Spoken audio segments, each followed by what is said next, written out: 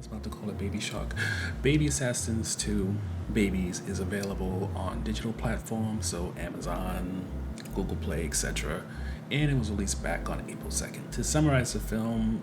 Strange only takes like 2 to 3 sentences, which is very rare for me. And basically, this film is Chisato and Maharu from the first movie. They find themselves targeted by 2 boys, Yuri and Makoto, who are desperate to become legit assassins. And under the impression that if they kill Chisato and Maharu, they can get a position,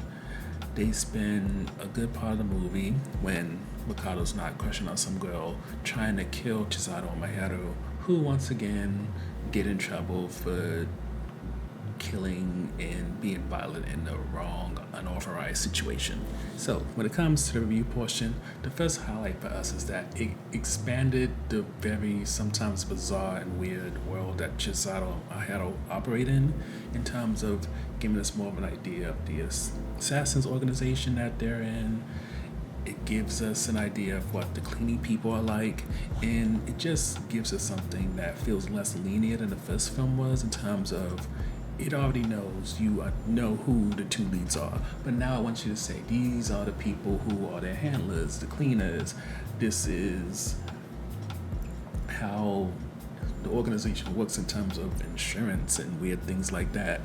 and also how envious a position that these girls are in. What's another highlight is that, just like the first movie, there is absolutely no fear in being weird in this movie. As we saw in the first movie, Chisato will definitely have these weird fits that make it seem like she's a toddler. There'll be a bunch of strange looking faces that she makes. And meanwhile, Maharu is still this awkward person who doesn't really like being around too many people, but at the same time, she and Chisato have this relationship where they can play off each other and bring out,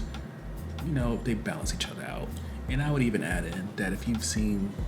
FX shows like Atlanta or Missed in Between, you get the same sort of awkwardness of where you get what could be a really dull moment of them just hanging out,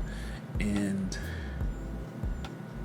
in some ways you appreciate it because it reminds you that these people don't just kill all day and that's all they do with their lives, but at the same time you also get this vibe that these people are definitely a bit off kilter for reasons that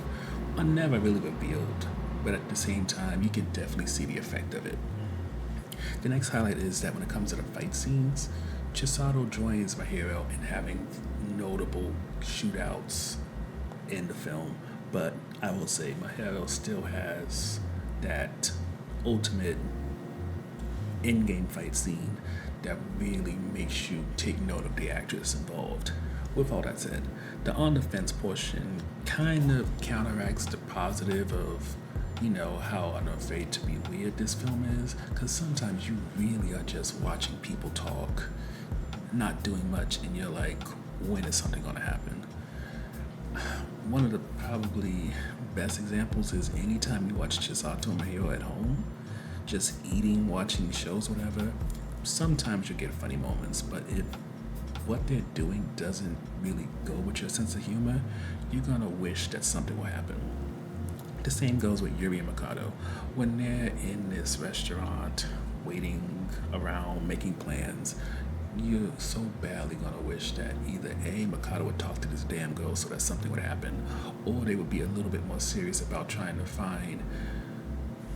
Chisato or Maharu so that they can finally get their goal of, trying to be part of the assassin organization, which I don't even think they gave it a name. But overall, while in some ways you may feel like this movie's a little bit more stripped down from the first one since it doesn't have the Yakuza and all this, a lot of zany, dramatic moments, because it leans more into how weird and off-kilter Chisato and Maharu are, things feel like they're moving forward as they realize that the means of this franchise at this point being unique is that it's giving you people who are very capable of violence, but at the same time showing you their humanity by allowing you to see that their life isn't just training for the next fight or always looking for violence. Sometimes they're just eating noodles, trying to find somewhere cheap that's good to eat and just keep themselves entertained.